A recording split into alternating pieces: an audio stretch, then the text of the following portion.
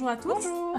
On est ravis de vous retrouver pour ce nouveau live, un peu dans les starting blocks.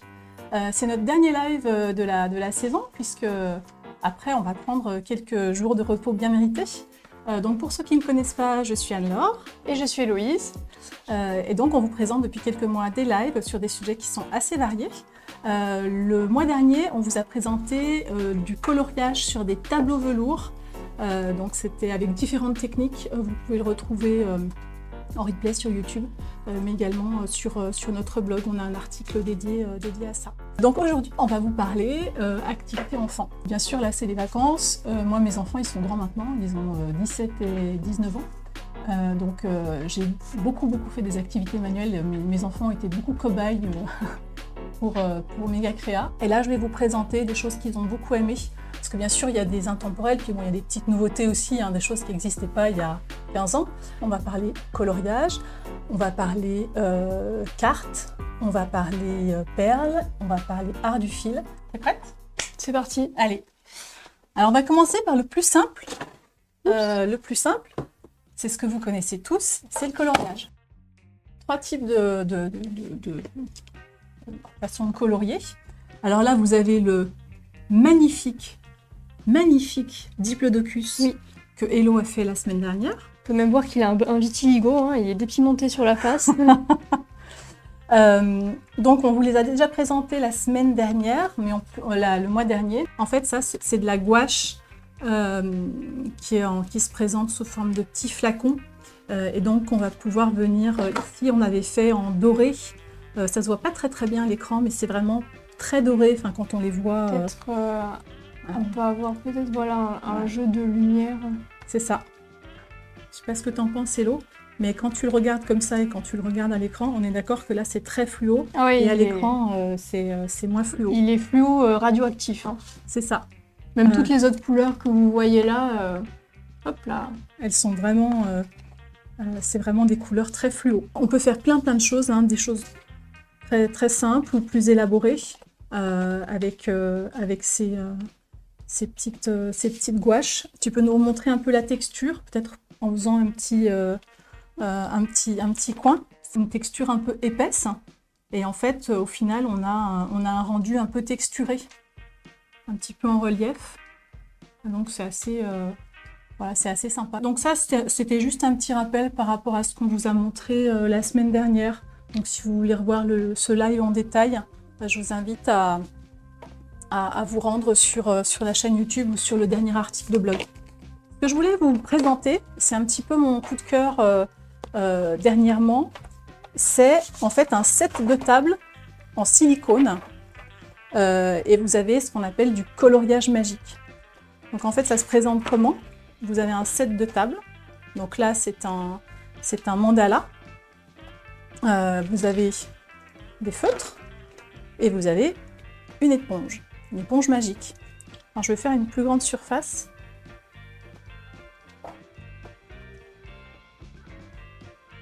Pour que vous puissiez mieux voir. Mais donc en fait, là j'ai du coloriage et si je passe l'éponge, en fait ça s'efface. J'ai pas compris, en fait, il y a de l'eau sur l'éponge ou pas? Non, pas du tout. C'est une éponge à sec. C'est un peu comme les stylos. Les stylos, ils ont une petite gomme au bout, non? Ouais, c'est ça. Donc tu vois, par exemple, si tu veux colorier un peu, et puis on va faire des tests, vas-y. Ok. Bon, voilà, je viens de faire mais c'est une texture toute... on dirait un peu la texture des coques de téléphone, c'est... Oui, c'est ça, c'est du silicone. Donc ça a une texture qui est agréable. Ça a une texture qui est très agréable. Quoi, on voit mes racines? On voit tes racines, exactement, c'est ça, ouais. Une texture qui est très agréable et surtout, en fait, l'enfant, il va pouvoir venir effacer avec la petite éponge et recommencer autant qu'il le souhaite. Genre là, je peux effacer... Ouais, parce que j'ai un petit peu débordé. T'as un petit peu légèrement. Et du coup, j'aimerais bien voir. Peut-être il faut attendre un peu, mais non, mais vas-y maintenant. Tu vois, et ça s'efface, même sans attendre, effectivement. Ça s'efface assez rapidement. D'accord. Moi, j'ai trouvé ça vraiment sympa parce que du coup, Ça permet de faire une activité. Derrière, l'enfant, il est content parce que vraiment fier de sa C'est réalisation. ça les sets de table. Et oui, c'est un set de table. Et du coup, après, si on le mouille, bah, la peinture, elle... Ah bah ça va partir. Ah, Alors ça va pas partir si tu mouilles. Il aurait fallu que j'ai un petit c'est peu si d'eau. tu frottes. Faut vraiment frotter. C'est pas l'eau qui va faire si tu mets l'assiette dessus, ça va pas bouger. Après, Ouais, il parce faut que je me vraiment dis, une action mécanique pour que ça s'en aille. Des fois, tu sais, tu mets le verre avec la condensation et tu peux te Ouais, dire... non, est-ce ça va. Honnêtement, c'est pas fait pour rester, hein. L'objectif, c'est que l'enfant il puisse s'amuser à recommencer de nouvelles créations. Et ça marche qu'avec ces feutres aussi. En tout cas, c'est ceux qui sont vendus avec. Je ne sais pas si ça marche avec d'autres. Si vous essayez avec des Posca, là pour le coup, ça peut fonctionner aussi. On peut faire le test. Donc tu vois, de toute façon, le Posca, c'est super couvrant. Donc, alors le problème, c'est que c'est tellement couvrant que ça va être plus délicat à appliquer. Mais par contre, ça va s'en aller à l'eau. Ça va pas s'en aller avec la petite éponge magique. Tu crois? Non, ou en tout cas, je pense que ça va... Déjà, il faut attendre que ce soit bien sec. Et le principe du Posca, c'est qu'il s'en va à l'eau. Donc c'est plus simple de le passer derrière à l'eau plutôt que d'utiliser l'éponge magique. Après, j'ai l'impression que le Posca, comme il est un peu plus liquide, tu vois, et que le matériau, Oui. il est résistant à l'eau, tu sais, ça fait des petits trous là. Oui. Donc on voit bien, c'est du silicone, hein, donc c'est un peu extensible, c'est super maniable, super souple. Antidérapant. Antidérapant, bah oui, vu que c'est du silicone. Donc voilà. Alors, ce que je vais vous montrer maintenant, c'est vraiment un grand classique pour les enfants. C'est même assez addictif pour les enfants et pour les adultes. Alors il y a deux choses que je vais vous montrer. Je vais vous montrer les cartes à gratter et puis on va vous présenter également les cartes à sable. Alors, Hello, est-ce que tu veux jouer? Tu dis je suis une gratteuse. T'es une gratteuse. Donc en fait, la carte à gratter, comment ça se présente? Vous avez donc une carte qui est recouverte de noir. En fait, je ne sais pas si vous voyez les cartes à gratter, le tac au tac ou les choses comme ça. C'est un peu le même principe. Sauf que sous le noir, eh ben, y a de la couleur. Donc par exemple, là, j'ai déjà gratté, j'ai commencé à gratter. Est-ce que tu peux y aller? Je te laisse choisir le modèle. Et ça, c'est vendu avec? Oui, bien sûr. Ok. Ouais. Dans le petit set, il y a 3 modèles. Et donc le petit pic, il y a 2 côtés. Un côté un peu large pour faire pour gratter des aplats. Et puis vous avez un petit bout pointu pour faire les détails. Donc ça, moi mes enfants ils avaient adoré quand ils étaient petits. Ah bon, ils en font plus? Et non, moins. Ma fille a 19 ans, elle fait moins de cartes à gratter. C'est une activité que l'enfant va pouvoir faire. Alors on va dire, c'est comme les cartes à sabler. On dit que c'est à partir de 3 ans. Maintenant, ça dépend vraiment de la dextérité de l'enfant. Il va plus ou moins dépasser en fonction de son âge. Bien sûr, à 3 ans, peut-être il aura un petit peu moins de dextérité que Hello. Moi, j'ai eu de la dextérité dès ma plus tendre enfance. Hein. Après, je sais pas. À 1 an. Ouais, t'inquiète. Il y a des kits comme ça qui existent pour les adultes également, qui sont assez satisfaisants. C'est à partir de quel âge? Ça, c'est à partir de 3 ans. Ok. Mais pour adultes, c'est à partir de... Ça dépend. Tu penses qu'on est adulte à partir de quel âge? Bon, on l'est jamais vraiment. Ouais, c'est ça. Je suis pas sûre que t'aies dit l'âge pour le set de table et ce qu'on a fait avant. Alors le coloriage, c'est vraiment d'être tout petit. Hein. La gouache, on va dire que c'est à partir de 4 ans, parce qu'il faut quand même presser sur le flacon. Mais par contre, les feutres, voilà, c'est à partir du moment où votre enfant, on va dire 4-5 ans, quelque chose comme ça. Alors ensuite, les cartes à sabler. Je peux plus t'arrêter en fait. Ah, moi, je me régale. Hein. J'ai fait ce petit modèle il y a quelques jours. Je me suis quand même bien amusée. Donc, dans ce petit kit, il va y avoir 1, 2, 3, 4, 5, 6 cartes à sabler. Voilà, orientées licorne. Tu veux choisir lequel? Qui te plaise. Bah lui, il est kawaii. Hein. Allez, kawaii. Bah c'est le même que celui-ci. Ah non, en fait. bah alors lui. Ok. On est originaux, nous.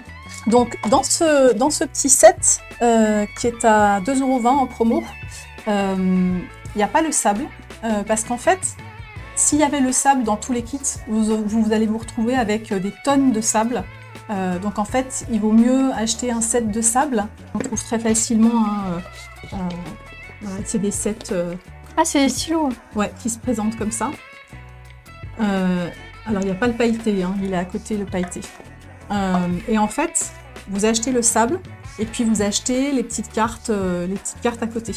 Et avec ça de sable, vous pouvez faire de très nombreuses cartes à sable.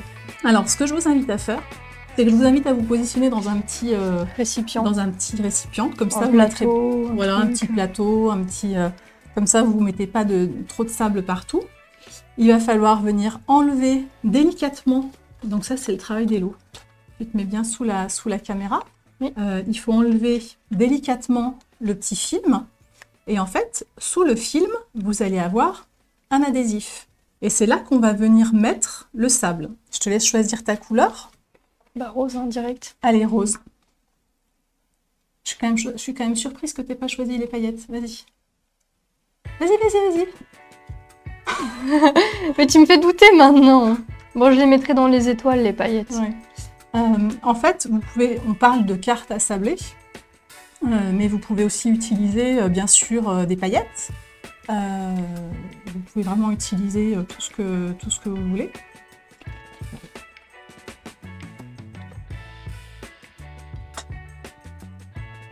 Voilà. Tu peux éventuellement y aller un petit peu au doigt pour être sûr qu'il y en a partout, mais normalement, ça fait le job. Et puis après, tu peux secouer, voilà, et tu mets comme ça.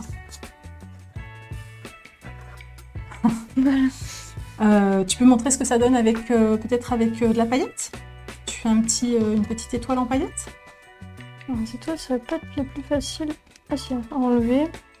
Vous pouvez donner à votre enfant un tout petit cure-dent pour qu'il puisse enlever plus facilement l'adhésif. Donc c'est vraiment des choses qui sont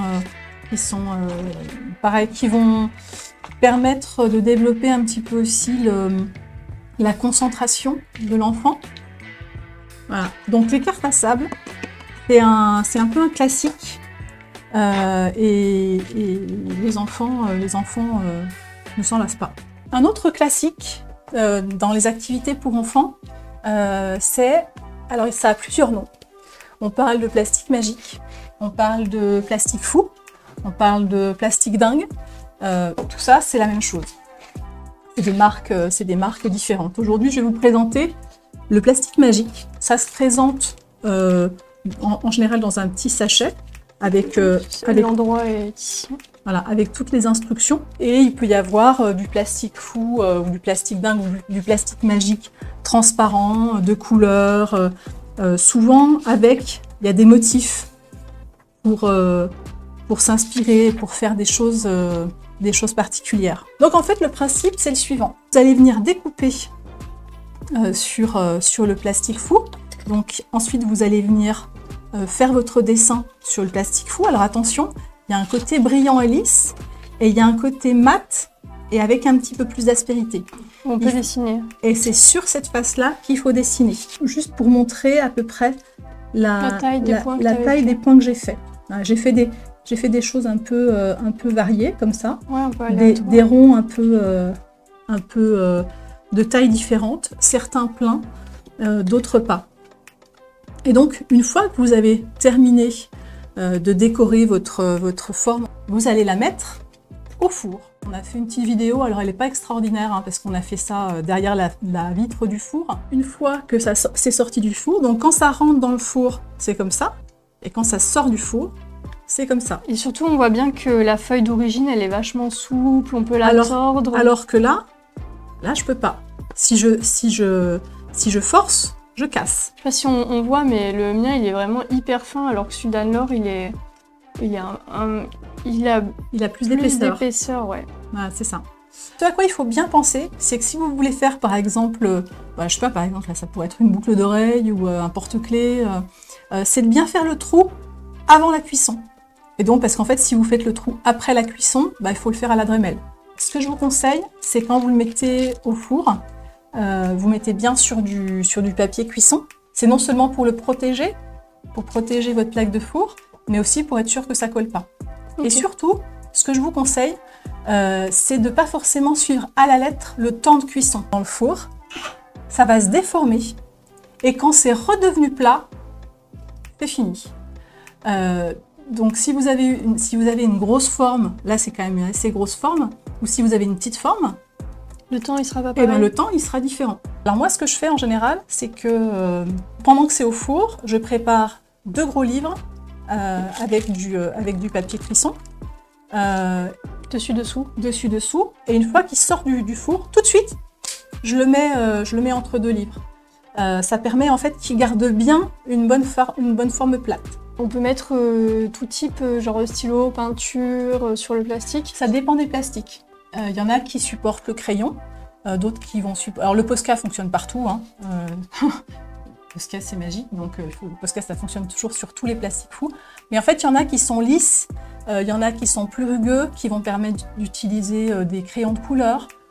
Donc ça dépend un peu des plastiques fous. T'as dit l'âge?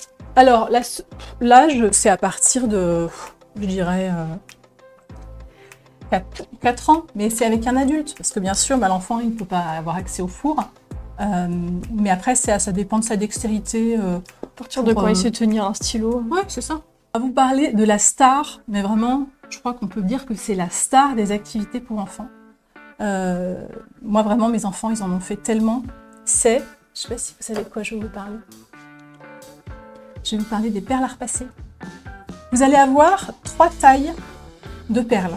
C'est quoi? C'est midi, maxi, mini? C'est ça. Mini, midi et maxi. Donc en fait, là, j'ai pas présenté les mini, parce qu'en fait, les mini, c'est vraiment pour les adultes. Ça, c'est une taille de perles standard. Je vais prendre une bleue. Comme celles qui sont ici. Comme celles qui sont ici. Et ça, c'est les maxi. Donc les maxi, c'est à partir de 3 ans. Et donc, vous allez avoir des plaques qui sont adaptées pour les grosses perles. Et donc, vous allez avoir les mini, les midi, pardon, qui sont les perles de taille standard, et qui sont 2 fois plus petites. Le principe, il est simple. Vous avez des perles, vous avez une plaque. Alors, sachant que les plaques, elles peuvent être très variées. Hein. Là, par exemple, j'ai une plaque alphabet. Là, c'est une toute petite plaque carrée. Vous avez aussi des plaques qu'on peut venir assembler. Là, pour faire des motifs plus grands. Vous avez aussi des plaques en forme de dinosaure. En fait, vous avez peut-être une centaine de modèles de plaques différentes. Donc, soit la plaque, elle va avoir une forme particulière, soit ça va être une forme simple et ça va être à vous de venir, enfin à l'enfant, de venir créer son motif. Il y a plein de modèles de motifs que vous pouvez trouver sans difficulté. Est-ce que tu veux finir ta petite vache ? Oui, j'ai envie de finir ma petite vache. Qui c'est que tu traites de vache? Et donc le principe, c'est qu'on va mettre toutes les petites perles sur la plaque. Une fois que l'enfant a fait son motif, vous allez venir repasser les perles. Alors bien sûr, ça c'est vous qui le faites, hein, c'est pas l'enfant. Je pense que dans quelques secondes, vous allez être très jalouse parce que j'ai un mini fer que j'adore. Je crois qu'Hello aussi, elle l'adore. Je suis sûre, jalouse. Petit fer Cricut, en fait c'est génial quand on aime faire des loisirs créatifs, surtout sur des petites pièces. On l'avait pas mal utilisé pour faire les thermocollants. Oui. En fait, on va venir repasser, je te laisse faire, en chauffant, les perles elles vont venir se coller. Ouais, je sens que ça devient tout mou en dessous. Voilà. Donc il faut que les perles elles soient suffisamment fondues pour s'agglomérer entre elles, mais il ne faut pas non plus trop forcer, parce que sinon, eh bien, les perles vont venir se coller sur le picot. D'accord. Et là, je pense que t'es bon. Là, tu vois, faut que tu arrêtes ici. Il faut laisser tu peux reposer le fer. Ok. Donc là, bien sûr, c'est chaud. Donc, tant que c'est chaud, eh ben, il faut pas, on va pas essayer de l'enlever du support. Il faut que ça ait refroidi un petit peu. Pendant que les perles à repasser refroidissent, on va vous présenter les perles d'eau. Alors, les perles d'eau, Hello a commencé à faire un toucan. Donc, en fait, vous avez un petit modèle. Donc, ça se présente sous cette forme, hein, c'est des petits sachets. Ouais. Vous avez une plaque, des modèles, des perles et une petite pince. Et bien sûr, un petit flacon. Et vous allez comprendre à quoi va servir le petit flacon. Le principe, et là vraiment, ça va permettre à votre enfant de développer sa dextérité. Le principe, c'est qu'avec la petite pince, ou au doigt, si votre enfant il a vraiment des tout petits doigts, vous venez positionner les perles des bonnes couleurs. Moi, je l'ai fait au doigt pour la plupart. Et puis donc, une fois que vous avez terminé, votre enfant, il ne va pas avoir besoin de vous. Pourquoi? Parce que pour que les perles s'agglomèrent entre elles, je vais venir vaporiser de l'eau. Donc, je viens vaporiser un peu d'eau. Ça va les ramollir. Ça va les ramollir légèrement. Et elles vont se coller entre elles. Une fois que c'est sec, ça fait ça. Donc, vous voyez, c'est vraiment... ça colle très très bien. Oui, c'est même un peu souple. C'est un peu souple, mais il ne faut pas y aller trop... ça va, ouais. Voilà, tu le sens sous tes doigts. C'est quand même fragile, ouais. Ouais, tu le sens sous tes doigts. Il ne faut pas non plus y aller comme une brique. Et puis, d'ici peut-être une trentaine de minutes, on va pouvoir venir l'enlever de la plaque. Et ça va s'enlever très facilement. Alors, ce que je trouve sympa, c'est que surtout les premières réalisations de votre enfant, ça peut être sympa de venir le mettre par exemple sur un cadre. On peut faire peut-être un petit dessin derrière qu'on vient mettre dans le cadre. Ou cette petite création-là, qui est sèche maintenant, donc on va pouvoir venir la décoller. Voilà. Donc ça, c'est les perles à repasser qu'on a fait tout à l'heure. Donc on a notre petite vache. Donc si vous regardez bien, là de ce côté, on voit que les perles, elles ont fondu, et qu'elles se sont collées entre elles. Si je retourne, eh ben en fait, on voit que là, les perles, elles ne sont pas collées entre elles, bien sûr, c'était le dessous. Vous pouvez laisser comme ça, ou vous pouvez aussi le repasser également de l'autre côté. Le fait de repasser, ben, ça permet de diffuser un petit peu les couleurs. Donc ça dépend de ce que l'enfant va aimer faire, en définitive. Et puis, je vais vous présenter très rapidement, mais vraiment très rapidement, les perles Eishi. Alors, peut-être que vous ne connaissez pas le nom, perles Eishi. Je ne connais pas. Mais je pense que tu connais forcément ces perles-là. En tout cas, c'était très à la mode dans les années 80. Et en fait, c'est ressorti il n'y a pas très longtemps. Ce sont des toutes petites perles plates. Alors bien sûr, il y a plein de couleurs différentes. Et en fait, on va venir les enfiler sur un fil pour faire un collier ou un bracelet.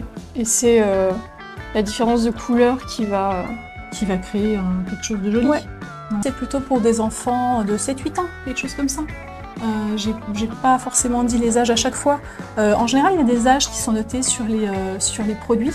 Ouais. Mais vraiment, il faut prendre cette indication avec beaucoup de pincettes. Je trouve qu'il y en a qui vont pouvoir le faire à partir de 5-6 ans. Et puis d'autres qui en feront plutôt à 9-10 ans. Donc, on donne un âge, mais c'est toujours un âge qui est vraiment très approximatif, en définitive. Avant de passer à des choses plus pour les grands, j'aimerais juste vous montrer ça. C'est des gommettes. Donc en fait là vous venez décoller des gommettes et puis vous venez les positionner sur... c'est du collage gommette. C'est du collage de gommettes. D'accord. Exactement. Donc voilà, c'est un jeu de gommettes classique, hein, c'est à partir de 3 ans. Ça c'est aussi un jeu à base de pompons. Tiens, si tu veux, tu peux peut-être enlever le... Donc un petit peu dans le même esprit que les cartes à sable. Quand on enlève le petit papier, donc c'est adhésif dessous. Et donc, on va venir coller... mon doigt bleu. On va venir coller les pompons.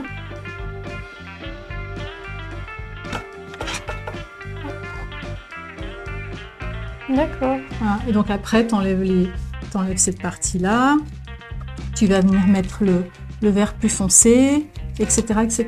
Toutes ces activités manuelles qu'on peut faire avec les enfants, c'est vraiment intéressant de les prendre, par exemple, si vous allez au resto, quand vous êtes en voiture, parce qu'en fait, c'est des moments où les enfants s'ennuient un petit peu, et donc c'est vraiment l'idéal de prendre ce genre de choses et de l'emmener au resto, parce que du coup, l'enfant, il est occupé à quelque chose, ça lui permet de patienter, surtout s'il a faim. Je voulais quand même vous présenter ça très rapidement, peut-être qu'on peut repasser en close-up. Ça s'appelle du diamond painting. Donc le diamond painting, c'est quelque chose qui se fait pour les adultes, donc pareil, ça c'est quelque chose qui est difficile à faire avant 7-8 ans. Donc le principe, c'est le suivant.